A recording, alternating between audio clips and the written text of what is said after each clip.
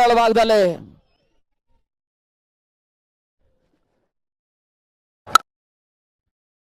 Shot ಆಗಿತ್ತು.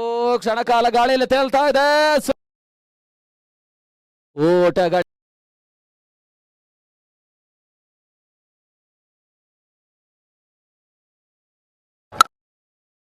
ಬಹಳ ಶುದ್ಧ ಬರುತ್ತೆ. ಕ್ಷೇತ್ರಕ್ಷಣ ದಾಖಲಾತಿಯನ್ನು ಕಾಣ್ತಾ ಇದೆ.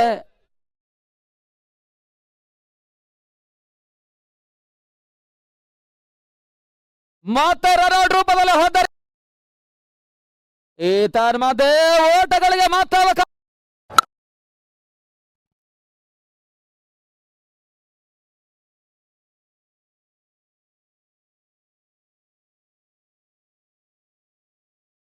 ಈ ಹಂತದಲ್ಲಿ ಜಾನ್ಸನ್ ರಿಯಲ್ ಫೈಟರ್ ತಂಡ ವಿರೋಚಿತ ಜಯವನ್ನು ದಾಖಲಿಸ್ತಾ ಇದ್ದಾರೆ.